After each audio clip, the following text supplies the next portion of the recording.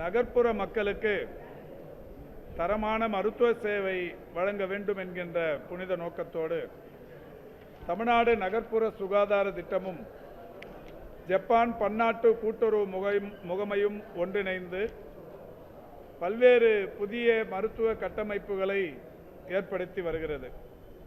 அந்த வகையில் மாண்புமிகு தமிழ்நாட்டின் முதலமைச்சர் அவர்கள் ஏற்கனவே மதுரை ராஜாஜி மருத்துவமனையில் கட்டப்பட்ட ஒரு மிகப்பெரிய மருத்துவ கட்டுமான பணியை கடந்த 3 மாதங்களுக்கு முன்னால் தொடங்கி வைத்தார்கள். அதேபோல் கோவை அரசு மருத்துவக் கல்லூரி மருத்துவமனையில் கட்டப்பட்ட மிகப்பெரிய பிரம்மாண்டமான மருத்துவ கட்டமைப்பையும் மாண்புமிகு தமிழ்நாட்டின் முதலமைச்சர் அவர்கள் தொடங்கி வைத்தார்கள். தொடர்ந்து ஆவடி, அதேபோல் சேலம் அம்மாப்பேட்டை, திருநெல்வேலி கண்டிகைப்பேர் போன்ற பல்வேறு இடங்களில் கட்டப்பட்ட இந்த தமிழ்நாடு நகர்ப்புற சுகாதார திட்டம் மற்றும் ஜப்பான் பன்னாட்டு கூட்டுறவு முகமை நிதி ஆதாரத்துடன் கட்டப்பட்ட கட்டிடங்களை எல்லாம் மாண்புமிகு தமிழ்நாட்டின் முதலமைச்சர் அவர்கள் அண்மையில் திறந்து வைத்து எல்லா கட்டிடங்களும் மிக சிறந்த அளவில் பயன்பாட்டில் இருந்து வருகிறது. இப்பொழுது கீழ்ப்பாக்கத்தில் பணிகள் நடைபெற்றுக் கொண்டிருக்கிற இந்த கட்டிடமும் திருப்பூர் மாவட்டத்தில் வேலம்பாளையம் என்கின்ற பகுதியில் நடைபெற்று வருகிற கட்டிடப் பணிகள், இந்த 2 கட்டிடங்கள் மட்டும் விரைவில் பணிகள் முடித்து பயன்பாட்டுக்கு வரவிருக்கிறது. கீழ்ப்பாக்கம் அரசு மருத்துவக் கல்லூரி மருத்துவமனையை பொறுத்தவரை வடசென்னை வாழ் ஏழை எளிய மக்கள் அதிகம் பேர் பயன்படுத்துகிற ஒரு மருத்துவ கட்டமைப்பாக இருக்கிறது. அது மட்டுமல்ல, தீப்புண் காயங்களுக்கு மிகப்பெரிய அளவில் பிரசித்தி பெற்ற மருத்துவ சேவை வழங்குகிற மருத்துவமனையாகவும் இது இருந்து வருகிறது. இங்கே ஒரு மருத்துவக் கல்லூரியும் மிக சிறப்பான வகையில் இயங்கி வருகிறது. அந்த வகையில் இந்த மருத்துவ கட்டமைப்பு என்பது ஏறத்தாழ 358 கோடியே 87 லட்சம் மதிப்பீட்டில் புதிய கட்டிடம் கட்டும் பணிகள் நடைபெற்றுக் கொண்டிருக்கிறது. இதில் கட்டிடத்தை பொறுத்தவரை 2,68,815 சதுரடி பரப்பில் 6 தளங்களை கொண்ட கட்டிடம். இந்த கட்டிடத்தில் 441 படுக்கைகள் அமையப்பெறவிருக்கிறது. 12 அறுவை அரங்கங்கள் அமைந்திருக்கிறது. அதில் ஒரு கூட்டு அறுவை அரங்கம் ஆசியாவிலேயே மிகப்பெரிய அதிநவீன தொழில்நுட்பத்துடன் கூடிய ஹைபிரிட் ஆபரேஷன் தியேட்டர் என்கின்ற வகையிலான ஒரு கூட்டு அறுவை அரங்கம் ஒன்றும் அமைக்கும் பணி நடைபெற்றுக் கொண்டிருக்கிறது. ஆக இந்த வளாகத்தில் 13 அறுவை அரங்குகள், 441 படுக்கைகள் போன்ற பல்வேறு வசதிகளுடன் எம்ஆர்ஐ, டிஜிட்டல் எக்ஸ்ரே போன்ற அதிநவீன தொழில்நுட்ப கருவிகளும் இங்கே வரவிருக்கிறது. அரசு மருத்துவமனைகளை பொறுத்தவரை தமிழ்நாட்டில் தனியார் மருத்துவமனைகளிலும் இல்லாத வகையில், இந்தியாவின் வேறு எந்த மாநில அரசு மருத்துவமனைகளிலும் இல்லாத அதிநவீன கருவிகள் ஏராளமாய் அண்மை காலமாக மாண்புமிகு தமிழ்நாட்டின் முதலமைச்சருடைய அறிவுறுத்தலோடு அரசு மருத்துவமனைகளில் அமைக்கப்பட்டு வருகிறது. ஓமந்தூரார் பன்னோக்கு மருத்துவமனையில் ஒரு ரோபோட்டிக் கேன்சர் எக்யூப்மெண்ட் ஒன்று 34 கோடி ரூபாய் செலவில் அமைக்கப்பட்டிருக்கிறது. இது இந்தியாவில் எய்ம்ஸ் மருத்துவமனை, புதுவையில் இருக்கிற ஜிப்மர் மருத்துவமனை தவிர்த்து அரசு மருத்துவமனைகளில் வேறு எங்கும் இல்லாத ஒன்று. அதேபோல் சைதாப்பேட்டையில் அமைந்திருக்கிற கலைஞர் நூற்றாண்டு உயர் சிறப்பு மருத்துவமனையில் அமையப்பட்டிருக்கிற auto MRI, double balloon endoscopy போன்ற அதிநவீன தொழில்நுட்ப கருவிகள் இந்திய அளவில் எந்த மாநில அரசு மருத்துவமனைகளிலும் இல்லாத கருவிகள். அதே போன்றதொரு வசதிகளோடு ஆட்டோ எம்ஆர்ஐ ஒன்றும், டிஜிட்டல் எக்ஸ்ரே போன்ற அதிநவீன கருவிகள் இன்றைக்கு இந்த மருத்துவமனை வளாகத்தில் அமைக்கப்பட்டிருக்கிறது. ஆசியாவில் வேறு எங்கும் இல்லாத அளவுக்கான ஒரு ஹைபிரிட் ஆபரேஷன் தியேட்டர் ஒன்றும் இங்கே அமையப்பெற்று வருகிறது.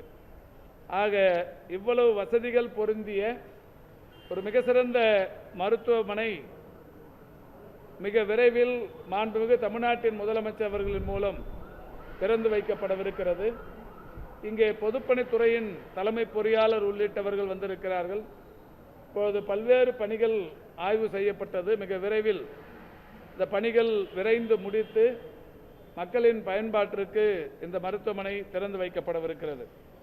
அதோடு மட்டுமல்ல, இந்த மருத்துவமனையின் கட்டமைப்பை கீழ்ப்பாக்கம் அரசு மருத்துவக் கல்லூரி மருத்துவமனையின் கட்டமைப்பை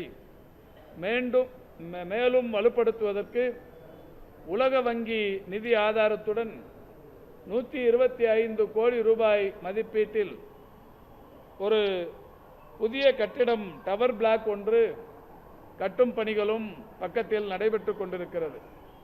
ஆக இந்த மருத்துவமனையை பொறுத்தவரை ஜப்பான் பன்னாட்டு கூட்டுறவு நிதி முகமை, அதேபோல் உலக வங்கி போன்ற பல்வேறு உலகளாவிய நிதி ஆதாரங்களை பெற்று மாண்புமிகு தமிழ்நாட்டின் முதலமைச்சர்களுடைய வழிகாட்டுதலோடு இந்த மருத்துவமனையின் கட்டமைப்பு என்பது மேம்படுத்தப்பட்டு வருகிறது. இந்த ஜைக்கா, உலக வங்கி போன்ற நிதி அமைப்புகளிடத்தில் தொடர்ந்து சீரான வகையில் நிதியினை பெறுவதற்கு, இந்த திட்டங்களை நிறைவேற்றுவதற்கு மாண்புமிகு தமிழ்நாட்டின் முதலமைச்சர்களுடைய வழிகாட்டுதலோடு கடந்த ஆண்டு டோக்கியோவில் இருக்கிற ஜப்பான் தலைமை அலுவலகத்தில் ஜைக்காவின் துணைத் தலைவரை சந்தித்து இந்த நிதி ஆதாரங்கள் குறித்து எடுத்து வைக்கப்பட்டு படிப்படியாக அந்த நிதி என்பது தொடர்ச்சியாக வந்து கொண்டிருக்கிறது. அதேபோல்தான் இந்த மாதம் முதல் வாரத்தில் அமெரிக்க வாஷிங்டன் டிசியில் இருக்கிற உலக வங்கியின் மூத்த துணைத் தலைவர்கள், அந்த உலக வங்கியின் தலைவர் பெருமதிப்பிற்குரிய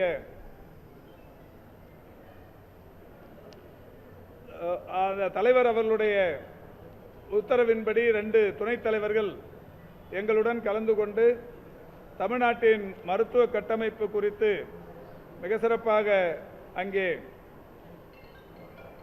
கலந்து ஆலோசனை நடத்தப்பட்டது.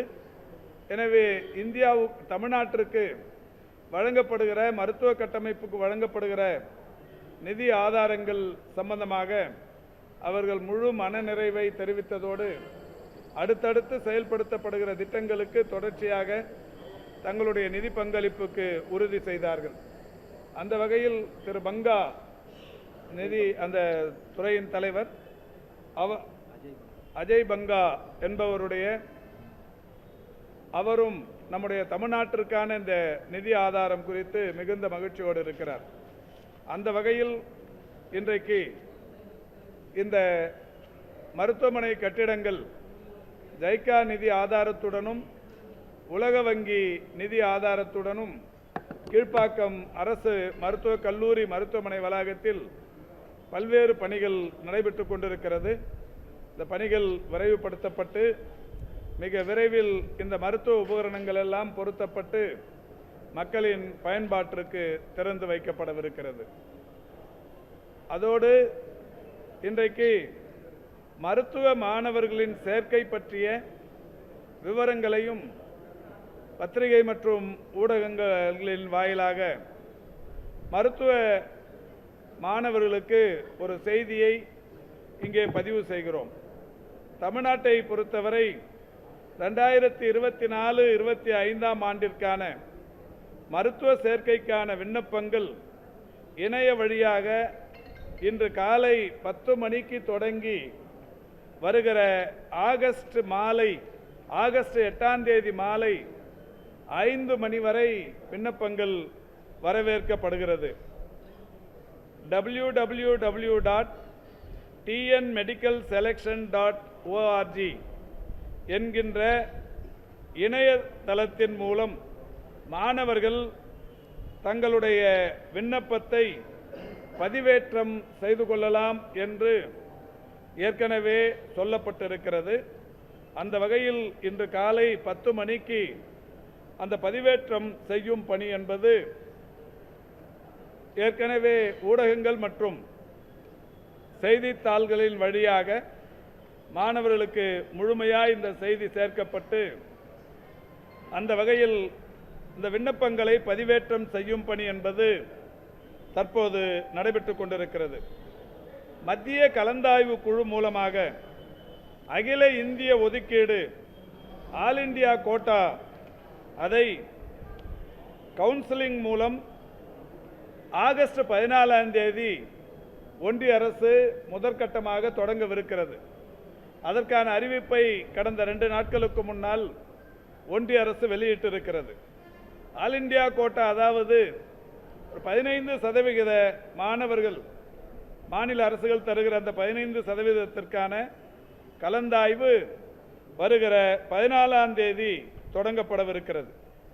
இந்த நிலையில் ஒன்றிய அரசு முதல் கட்ட கலந்தாய்வை தொடங்கியதற்கு பிறகுதான் மாநிலங்கள் மீதமிருக்கிற 85% மாணவர் சேர்க்கைக்கான கலந்தாய்வை நடத்த வேண்டும் என்பது விதிமுறைகள்.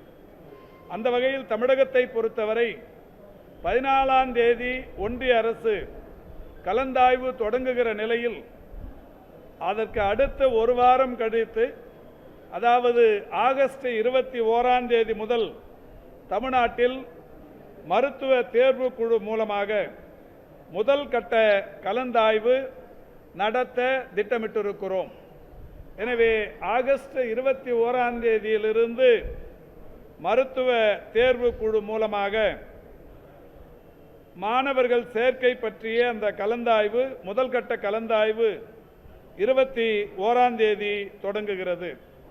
இந்த 21ஆம் தேதி தொடங்கவிருக்கிற மருத்துவ தேர்வு குழு முதல் கட்ட கலந்தாய்வுக்கான மெரிட் லிஸ்ட் வருகிற 19ஆம் தேதி அதாவது கலந்தாய்வு தொடங்குகிற 2 நாட்களுக்கு முன்னால் ஆகஸ்ட் 19ஆம் தேதி இந்த மெரிட் லிஸ்ட் பப்ளிஷ் செய்யப்படவிருக்கிறது. மீண்டும் தெரிவித்துக் கொள்கிறேன், 14ஆம் தேதி ஒன்றிய அரசு முதல் கட்ட கலந்தாய்வை ஆல் இந்தியா கோட்டாவுக்கான முதல் கட்ட கலந்தாய்வை ஒன்றிய அரசு 14ஆம் தேதி தொடங்குகிறது.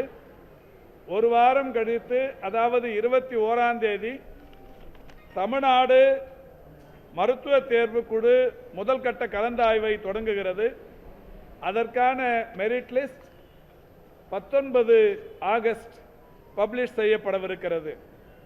21ஆம் தேதி முதல் கட்ட கலந்தாய்வு தொடங்கியவுடனே 7.5% இடஒதுக்கீடு பற்றிய பட்டியல், இராணுவ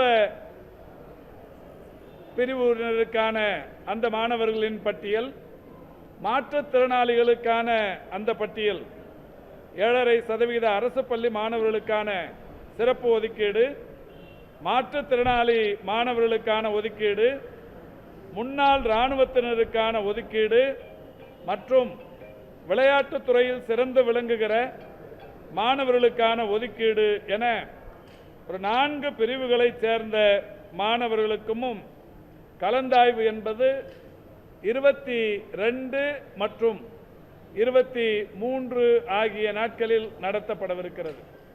இது ஒரே நாளிலும் கூட நடந்து முடிவதற்கு வாய்ப்பு இருக்கிறது.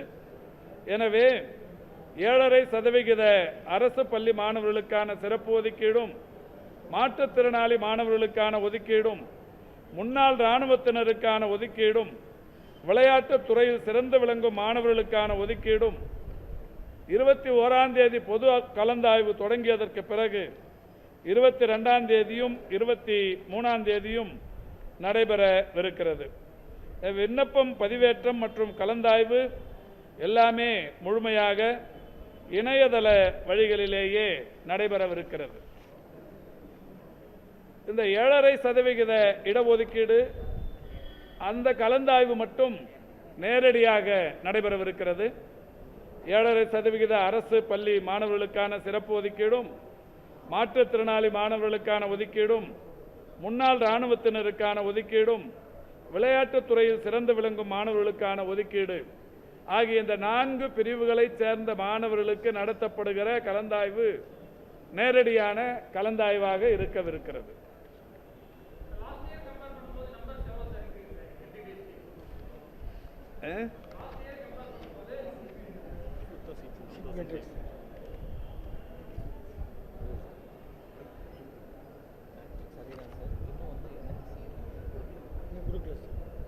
MBBS மருத்துவ படிப்பில் 36 அரசு மருத்துவக் கல்லூரிகளில் 5050 இடங்களும், ஒரு ESI மருத்துவக் கல்லூரியில் 150 இடங்களும், 21 தனியார் மருத்துவக் கல்லூரியில் 3400 இடங்களும், 3 மாநில தனியார் பல்கலைக்கழக மருத்துவக் கல்லூரிகளில் 450 இடங்களும் ஆக மொத்தம் 9050 இடங்கள் தமிழ்நாட்டில் இருக்கிறது. இந்த BDS பல் மருத்துவ படிப்பை பொறுத்தவரை 3 அரசு பல் மருத்துவக் கல்லூரிகளில் 250 இடங்களும், 20 தனியார் பல் மருத்துவக் கல்லூரிகளில் 1950 இடங்களும் ஆக மொத்தம் 2200 இடங்கள் இருக்கிறது. இவற்றுள் அகில இந்திய ஒதுக்கீட்டிற்கு MBBS படிப்பை பொறுத்தவரை 851 இடங்களும், BDS படிப்பை பொறுத்தவரை 38 இடங்களும் ஒன்றிய அரசுக்கு ஒதுக்கப்படுகிறது. இந்த ஆண்டு அரசு மருத்துவக் கல்லூரிகளில் புதிய இடங்கள் சேர்க்கை என்பது எதுவும் இல்லை. 6 புதிய அரசு மருத்துவக் கல்லூரிகளுக்கான பணிகள் ஒன்றிய அரசிடம் தொடர்ந்து கேட்கப்பட்டு வருகிறது. இன்று கூட நம்முடைய தென்காசியைச் சேர்ந்த நாடாளுமன்ற உறுப்பினர் நாளை பாராளுமன்றத்தில் பேசவிருப்பதாக, குறிப்பாக மருத்துவத்துறை பற்றிய அந்த விவாதத்தில் பங்கேற்று பேசவிருப்பதாக அறிந்து அவரிடத்திலும் கூட நாடாளுமன்றத்தில் பேசுவதற்கு இதை சொல்லியிருக்கிறோம். நாளை பாராளுமன்றத்திலும் இது குறித்து எடுத்துச் சொல்லவிருக்கிறார்கள். தனியார் மருத்துவக் கல்லூரிகளின் அனுமதி விவரம், அதை பொறுத்தவரை NMC அதாவது தேசிய மருத்துவ ஆணையம் மற்றும் டாக்டர் MGR மருத்துவ பல்கலைக்கழகங்களிலிருந்து விவரங்கள் முழுமையாக பெறப்பட்டவுடன் அதற்கான அந்த சீட் அந்த மேட்ரிக்ஸில் சேர்ப்பதற்குரிய நடவடிக்கைகள் எடுக்கப்படும்.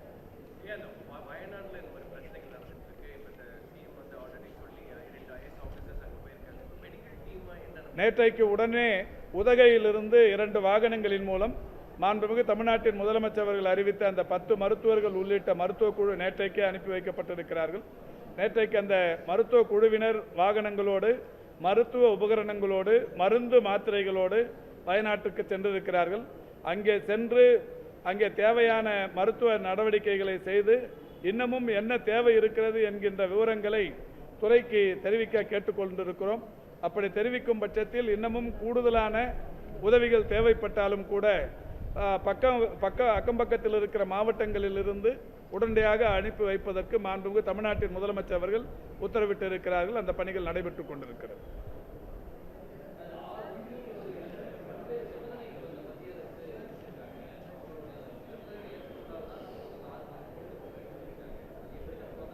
இல்லை, நிபந்தனைகள் என்று எதுவும் இல்லை. நாங்கள் தொடர்ச்சியாகவே கடந்த 2-3 ஆண்டுகளாக தொடர்ச்சியாக ஒரு 15க்கு முறை கேட்டுக்கொண்டிருக்கிறோம். இந்த ஆண்டு வரும் என்று எதிர்பார்த்திருக்கிறோம்.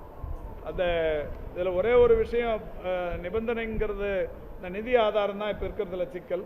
அதை இந்த ஆண்டு தருவார்கள் என்று எதிர்பார்த்திருக்கிறோம்.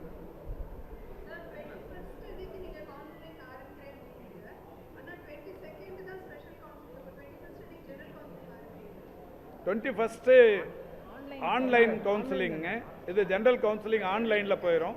22 வந்து நான் சொன்ன இந்த 4 சிறப்பு பிரிவினருக்கான அந்த கவுன்சிலிங் தான் 22, 23 நடக்கும். இது 22, 23ன்னு அறிவிச்சிருந்தாலும் இந்த 4 பிரிவினர்களுக்கு அநேகமாக ஒரே நாளில் கூட நடந்து முடிஞ்சிடும்.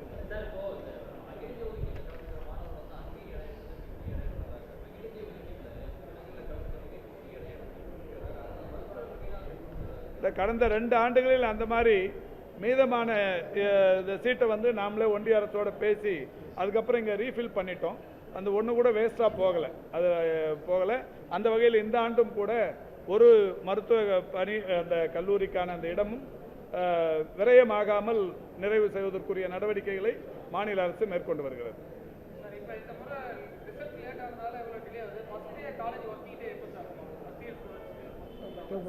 அக்டோபர் 1 கல்லூரிகள், மருத்துவக் கல்லூரிகளின் தொடக்கம் என்பது அக்டோபர் முதல் நாள்.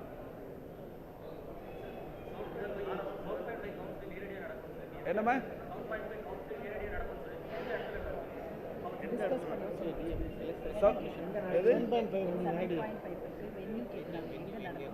இல்லை, வென்யூ எந்த இடத்துல போடுறது அதாவது அறிவிப்போம். முன்னாடி உங்களுக்கு அறிவிச்சுட்டு தான் நடத்துவோம்.